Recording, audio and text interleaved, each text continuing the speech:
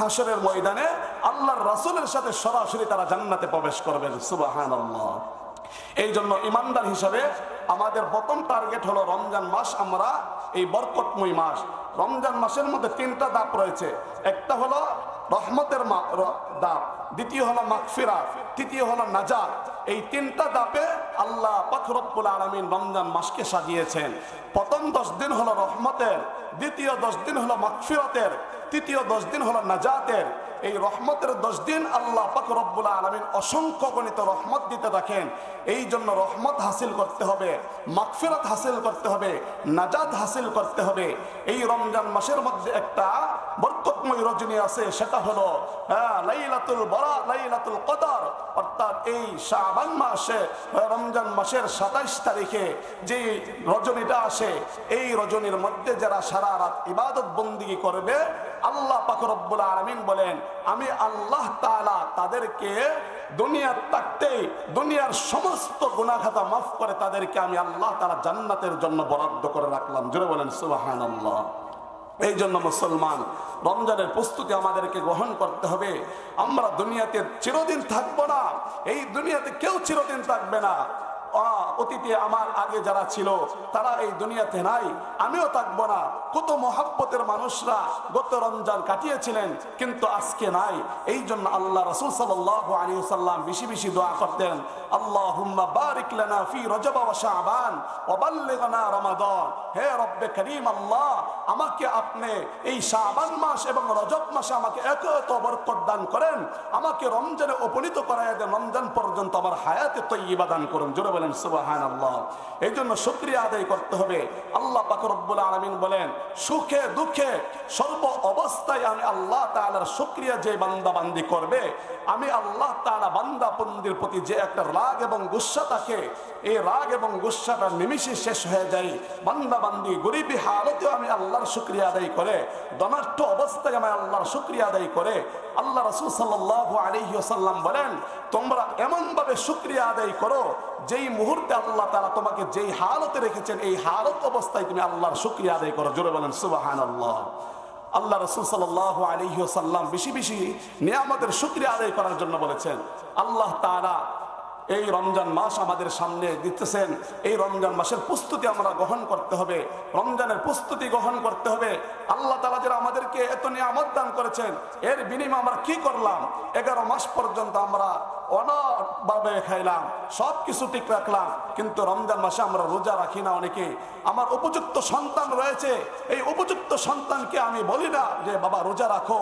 আমার উপযুক্ত মেয়ে রয়েছে, মেয়ের শরীরটা ভেঙে যাবে, মেয়েটা চেহারাটা সৌন্দর্য নষ্ট হয়ে যাবে, এই জন্য আমার সন্তানকে আমি বলি না যে রমজান মাসে রোজা রাখার জন্য। ও মুরব্বী বাবারা, ও নওজোয়ান ভাইয়েরা, তুমি যখন বালেগে উপনীত হয়েছে, তোমার উপর রোজা ফরজ করা হয়েছে, এই রোজার কদর করতে হবে। রমজান মাস আসলে তুমি রোজার কদর করতে হবে, রোজাকে মহাব্বত করতে হবে। কারণ রমজান মাসের রোজা অনেক বরকতময় রোজা। আদম আলাইহিস সালাম থেকে নিয়ে মুহাম্মদ রাসূলুল্লাহ পর্যন্ত সমস্ত নবীদের যুগে রোজা ছিল। কেউর যুগে ছিল 3টা, কেউর যুগে ছিল 6টা, কেউর যুগে ছিল 9টা, কেউর যুগে ছিল 12টা। এমন ভাবে আস্তে আস্তে দাবিত হতে হতে আইয়ামাম মাদুদা, গোনা বাসা কয়েকদিন রোজাকে উপনীত করে আইম্মায়ে মুজতাহিদিন, সলফে সালেহিন, হযরত আবু বকর সিদ্দিক, হযরত ইমাম আবু হানিফা, ইমাম আহমদ ইবনে হাম্বল, ইমাম শাফিঈ, ইমাম মালিক রাহমাতুল্লাহ, 4 ইমামের মধ্যে এই সব কিছু রিসার্চ করে, কোরআন এবং হাদিসের রিসার্চ করে, সমন্বয়ে সব কিছু রিসার্চ করে আইয়ামাম মাদুদা, গোনা বাসা কয়েকদিন রোজা রাখার জন্য আল্লাহ আয়াত নাজিল করেছেন।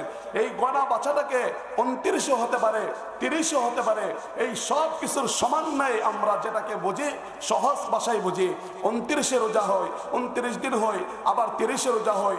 যেই মাসে একদিন আগে চাঁদ দেখা যাবে, এই দিন আমরা 29 রাখি, একদিন পরে দেখা গেলে আবার 30 রাখি। এইভাবে আমরা রোজা রাখবো। আমার সন্তানকে আমি রোজার জন্য প্রস্তুতি গ্রহণ করব, আমার মেয়েকে আমি রোজার জন্য বলবো, আমার পরিবারকে আমি রোজার জন্য বলবো। আল্লাহ বলেন ইয়া আইয়ুহাল্লাযীনা আমানু কু আনফুসাকুম ওয়া আহলিকুম নারা। হে ইমানদারগণ, তোমরা নিজেকে আগে জাহান্নামের আগুন থেকে বাঁচাও এবং তোমার পরিবার পরিজনকে জাহান্নামের আগুন থেকে বাঁচাও। এই পরিবার পরিজনকে জাহান্নামের আগুন থেকে কিভাবে বাঁচাইবো?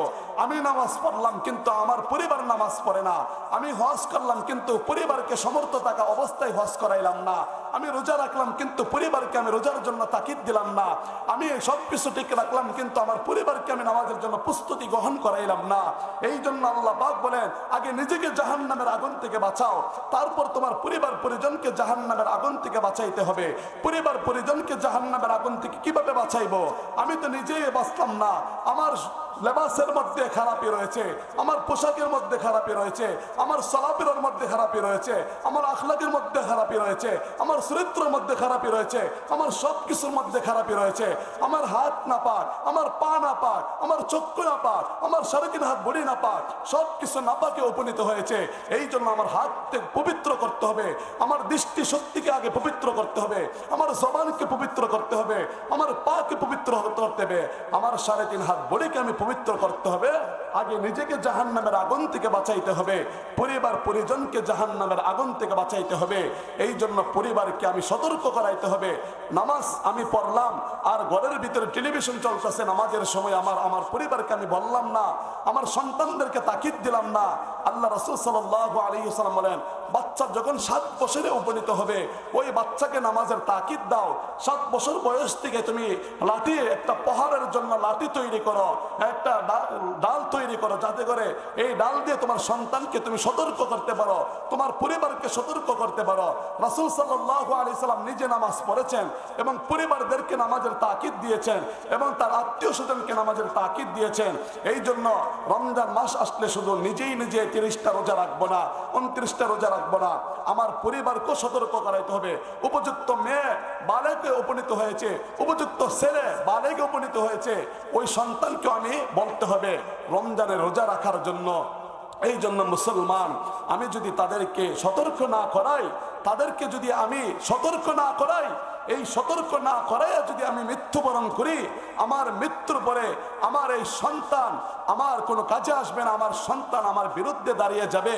আমার সন্তানকে যখন আল্লাহ তাআলা জাহান্নামে নিক্ষেপ করবেন, ওই সন্তান সেই সময় আমাকে জাহান্নামে নেওয়ার জন্য আল্লাহর কাছে অভিযোগ দায়ের করবে। বাজে না। এই জন্য আমার সন্তানকে আমি নামাজের তাকিদ করতে হবে, আমার সন্তানকে আমি বুঝাইতে হবে। রমজান মাসের জন্য আমার সন্তানদেরকে আমি চেষ্টা করতে হবে, বোঝাইতে হবে। আমার সন্তানকে যদি আমি তাকিদ না দেই, আমার পরিবারকে যদি আমি তাকিদ না দেই, তাহলে কিন্তু চলবে না। আগে নিজেকে জাহান্নামের আগুন থেকে বাঁচাইতে হবে, তারপর পরিবার পরিজনকে জাহান্নামের আগুন থেকে বাঁচাইতে হবে। যদি বাঁচাতে আসলে অনেক গুরুত্বপূর্ণ একটা মাস, যেই মাসটা আমরা উপনীত করছি সেই মাসটা হলো শাবান মাস। রমজানের নিকটবর্তী সময় শাবান মাস। আল্লাহ রাসূল সাল্লাল্লাহু আলাইহি ওয়াসাল্লাম বলেন, শাবানু শাহরি রমাদান শাহরুল্লাহ। শাবান মাস হলো আল্লাহর নবীর মাস, আর রমজান মাস হলো স্বয়ং আল্লাহ তাআলার মাস। রাসূল বলেন, শাবান মাস হলো আমার মাস। শাবান মাসে বেশি বেশি করে নফল রোজা রাখার জন্য আল্লাহ রাসূল সাল্লাল্লাহু আলাইহি ওয়াসাল্লাম বলেছেন। এই মাসের মধ্যে বেশি বেশি ইবাদত করার জন্য আল্লাহ রাসূল সাল্লাল্লাহু আলাইহি ওয়াসাল্লাম বলেছেন। আর সামনে যে একটা মাস আসছে সেটা হলো রমজান মাস। এই রমজান মাস হলো আমি আল্লাহ তাআলার মাস। আল্লাহ পাক রব্বুল আলামিন বলেন এটা হলো আল্লাহ মাস। আর শাবান মাস হলো নবীর মাস। রমজান মাসে যদি কোনো ব্যক্তি একটা নফল ইবাদত করে, আল্লাহ রাসূল সাল্লাল্লাহু আলাইহি ওয়াসাল্লাম বলেন অন্য মাসে কোনো ব্যক্তি 70টা নফল ইবাদত করলে যেই সওয়াব আল্লাহ পাক রব্বুল আলামিন তার আমল নামার মধ্যে এই সওয়াব দান করবে। সুবহানাল্লাহ। অর্থাৎ রমজান মাসে যদি কেউ ফরজ ইবাদত করে, অন্য মাসে 70টা ফরজ ইবাদত করলে যে সওয়াব, এই সওয়াব তার আমল নামার মধ্যে আল্লাহ দান করবেন। সুবহানাল্লাহ। এই জন্য রাসূল সাল্লাল্লাহু আলাইহি ওয়াসাল্লাম শাবান মাসে বেশি বেশি নফল রোজা রাখতেন, নফল ইবাদত বন্দেগী করতেন। হঠাৎ একদিন আম্মাজান আয়েশা সিদ্দিকা রাদিয়াল্লাহু আনহা বলেন, ইয়া রাসূলুল্লাহ, ইয়া হাবিবাল্লাহ, আপনি এত রোজা রাখেন কেন, নফল রোজা এই শাবান মাসে? রাসূল সাল্লাল্লাহু আলাইহি ওয়াসাল্লাম বলেন, হে আয়েশা, তুমি কি জানো না আল্লাহ পাক রব্বুল আলামিন বলেছেন যেই ব্যক্তি যেই হালতে মৃত্যুবরণ করবে ওই হালতেই হাসরের ময়দানে তাকে ওঠানো হবে। সুবহানাল্লাহ। এই জন্য আমি শাবান মাস আসলে এত রোজা রাখি যাতে করে হাসরের ময়দানে আমি রোজাদার অবস্থায় আল্লাহর কাঠগড়ায় আল্লাহ তাআলার হাসরের ময়দান যখন কায়েম হবে, যখন মানুষকে ওঠানো হবে, ওই সময় যেন আমি রোজাদার অবস্থায় আল্লাহর দরবারে আমি হাজিরা দিতে পারি। সুবহানাল্লাহ। এই জন্য রাসূল সাল্লাল্লাহু আলাইহি ওয়াসাল্লাম শাবান মাসে বেশি বেশি রোজা রাখতেন। এই জন্য শাবান মাস হলো অনেক বরকতের মাস। রাসূল বলেন এই মাসের মধ্যে তোমরা এমন ভাবে প্রস্তুতি গ্রহণ করো, এমন ভাবে তোমরা প্রস্তুতি গ্রহণ করো যাতে করে এই শাবান মাসে সমস্ত গুনাহ খাতা যা আছে সব কিছু নিমিষে শেষ করে একদম বেগুনাহ হয়ে যেন তোমরা রমজান মাসে উপনীত হতে পারো। এই জন্য শাবান মাসে যত ধরনের গুনাহ আছে, যত ধরনের পাপ আছে, অশ্লীলতা আছে, বেহায়াপনা আছে, সব কিছু যেন তোমরা এই শাবান মাস থেকে দূরে সরাইয়া দিতে পারো এবং রমজান মাসে যেন নিষ্পাপ বেগুনাহ হয়ে রমজানে তোমরা ইবাদত বন্দেগী করতে পারো, তোমরা এমন প্রস্তুতি গ্রহণ করো। সুবহানাল্লাহ। এটা রমজান মাসের জন্য প্রস্তুতি গ্রহণ করার জন্য বলছে। সব মানুষের একটা সিজন আছে, যারা ব্যবসা বাণিজ্য করে ব্যবসার একটা সিজন আছে, যারা কৃষিকাজ করে কৃষিকাজের একটা সময় আছে নির্ধারিত, ওই সময়ের মধ্যে যখন ক্ষেতের মধ্যে চাষ করবে, যারা লাগাবে ওই সময় তাদের যারা বড় হয়ে গাছে পরিণত হবে, ধানের শীষ জন্মাইবে। ঠিক তদ্রূপ আল্লাহ রাসূল সাল্লাল্লাহু আলাইহি সাল্লাম বলেন প্রত্যেকটা মানুষের একটা সিজন আছে, আর মানুষ ইবাদত বন্দেগীর একটা সিজন হলো রমজান মাস। এই জন্য অতীতে যত কিছু করেছি আমরা 11 মাস যা কিছু করেছি সব কিছুকে বিসর্জন দিয়ে সব কিছুকে আমরা পিছনে ফেলে রমজান মাসটা কিভাবে আমরা ইবাদত বন্দেগী করতে পারবো এই প্রস্তুতি আমাদেরকে গ্রহণ করতে হবে। সুবহানাল্লাহ।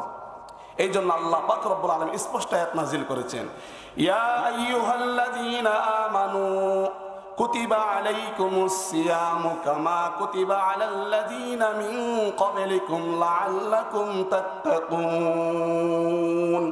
হে ঈমানদারগণ, তোমাদের উপর রোজা ফরজ করা হয়েছে যেমন ভাবে তোমাদের পূর্বপুরুষ যারা ছিলেন তাদের উপর রোজা ফরজ ছিল। এই জন্য তোমাদের উপর রোজা ফরজ করা হয়েছে যাতে তোমাদের মধ্যে মুত্তাকি কারা, পরহেজগার কারা, খোদাভীরু কারা, এই জিনিসটাকে বোঝার জন্য, জানার জন্য, তোমাদেরকে পরীক্ষা করার জন্য আমি আল্লাহ তাআলা তোমাদের উপর রোজা ফরজ করেছি। সুবহানাল্লাহ। আল্লাহ তাআলা আরেক আয়াতে বলেন, শাহরু রমাদানাল্লাযী উনজিলা ফীহিল কুরআনু হুদাল লিন্নাসি ওয়া বাইয়িনাতিন মিনাল হুদা ওয়াল ফুরকান। আল্লাহ পাক রব্বুল আলামিন বলেন, শাহরু রমাদানাল্লাযী উনজিলা ফীহিল কুরআন। শাহরু রমাদান অর্থাৎ রমজান মাসে আমি আল্লাহ তাআলা কোরআনকে নাজিল করেছি। জোরে বলেন সুবহানাল্লাহ। এই রমজান মাস কিসের সাথে সম্পর্ক? রমজান মাস হলো কোরআনের সাথে সম্পর্ক। যেই কোরআন আল্লাহ তাআলা রমজান মাসে নাজিল করেছেন, একটা মানুষ যখন কোরআনের সাথে গভীর সম্পর্ক রাখবে এই কোরআন তাকে উঁচু করে দিবেন। সাহাবাই কেরামের আপনার ইতিহাস পড়েন, ইতিহাস জানেন, সাহাবাই কেরামের সম্পর্ক কার সাথে ছিল? সরাসরি আল্লাহর রাসূলের সাথে ছিল এবং কোরআনের সাথে ছিল। যেই কোরআন নাজিল করার পূর্বে, কোরআন আসার পূর্বে আরবের মানুষের মধ্যে বর্বরতা, মূর্খতা, পশুত্ব সবকিছু মানুষের ভিতরে ছিল। যখন কোরআন নাজিল হয়েছে, কোরআন যখন দুনিয়াতে আগমন ঘটাইছেন আল্লাহ তাআলা, তখন এই কোরআনের মাধ্যমে গোটা জাতিকে হেদায়েতের পথ প্রদর্শক হিসাবে আলোর সন্ধান দেওয়ার জন্য এই কোরআনকে আল্লাহ তাআলা দুনিয়াতে আগমন ঘটাইলেন। সুবহানাল্লাহ। এই জন্য বলেন কোরআন মানুষদেরকে হেদায়েতের পথ প্রদর্শক হিসাবে এই কোরআন আল্লাহ নাজিল করেছেন। মানুষের জন্য আল্লাহ দুইটা রাস্তা রেখেছেন, একটা হলো ইহদিনাস সিরাতাল মুস্তাকিম, সোজা রাস্তা। এই সোজা রাস্তা যারা চলবে তারাই হবে চিরস্থায়ী জান্নাতের বাসিন্দা। আর এই সোজা রাস্তা ব্যতীত যারা দিরায়াতুন অন্য পথ দিয়ে হাঁটবে ওই পথ হলো জাহান্নামের রাস্তা। এই জন্য আল্লাহ তাআলা বলেন, ফারিকুম ফিল জান্নাহ ও ফারিকুম ফিস সাঈর। আমি আল্লাহ তাআলা তোমাদের জন্য দুইটা রাস্তা রেখেছি, একটা হলো জান্নাতের রাস্তা, আরেকটা হলো জাহান্নামের রাস্তা। এই জান্নাতের রাস্তা যদি তোমরা হাসিল করতে চাও তাহলে একমাত্র কেবলমাত্র শুধুমাত্র আল্লাহ এবং তার রাসূলকে মহাব্বত করতে হবে। আল্লাহকে কিভাবে মহাব্বত করব? আল্লাহকে মহাব্বত করার মাধ্যম হলো কোরআনুল কারীম, কিতাবুল্লাহ, সরাসরি আল্লাহর কিতাব। আর রাসূলকে মহাব্বত করার মাপকাঠি কি? রাসূলকে মহাব্বত করার মাপকাঠি হলো রাসূলের সুন্নাহ, অর্থাৎ রাসূল যেইভাবে চলেছেন, রাসূল যেইভাবে আখলাক, রাসূলের চরিত্র, রাসূলের সবকিছু, রাসূলের সৌন্দর্য, রাসূলের খাবার, রাসূলের ইস্তেঞ্জা, রাসূলের পোশাক পরিধান, রাসূলের চলাফেরা, সব কিছু যারা এই পথ অনুসরণ করবে তারাই হবে ইহদিনাস সিরাতাল মুস্তাকিমের সোজা রাস্তার আকীদা। এই জন্য আল্লাহ রাসূল সাল্লাল্লাহু আলাইহি ওয়াসাল্লাম যখন যেই অবস্থায় সাহাবাই কেরামকে কোরআনের তালিম দিতেন, সাহাবাই কেরাম এই কোরআনের তালিম শুনে, রাসূলের এই তালিম শুনে, রাসূলের এই জবান দিয়ে যে কথাগুলি বলেছেন এই কথাগুলি শুনে যখন তারা কোনো কিছুই বুঝতেন না, যখন রাসূলের সোহবত গ্রহণ করেছে, ঠিক সেই মুহূর্তে সরাসরি তারা কোরআনকে ভালোবাসা শুরু করে দিয়েছেন আর আল্লাহ তাদেরকে ভালোবাসা দিয়েছেন। জোরে বলেন সুবহানাল্লাহ। এই জন্য আয়াত নাজিল করেছেন রাদিয়াল্লাহু আনহুম ওয়া রাদু আন, অর্থাৎ সাহাবীদের প্রতি আমি আল্লাহ তাআলা খুশি, সাহাবীরাও আমি আল্লাহ তাআলার প্রতি খুশি। এই জন্য রাদিয়াল্লাহু আনহুম ওয়া রাদু আন, আল্লাহ তাআলা সরাসরি দুনিয়ার থাকতেই সাহাবীদেরকে জান্নাতের সার্টিফিকেট দিয়েছিলেন। জোরে বলেন সুবহানাল্লাহ। والسابقون الأولون من المهاجرين والأنصار والذين اتبعوهم بإحسان رضي الله عنهم ورضوا عنه, অর্থাৎ সাহাবাই কেরাম যারা রাসূলের সংস্রব গ্রহণ করেছে, কোরআনকে মহাব্বত করেছে, ভালোবেসেছে, এই কোরআনকে মহাব্বত করার কারণে সরাসরি আল্লাহ পাক রব্বুল আলামিনের হাবিবের সাথে আরশে আজিমে ছায়ার নিচে এই সাহাবীওয়ালা নমুনা যারা পিট করেছেন, সাহাবীদেরকে যারা মহাব্বত করেছেন, রাসূলকে যারা অনুকরণ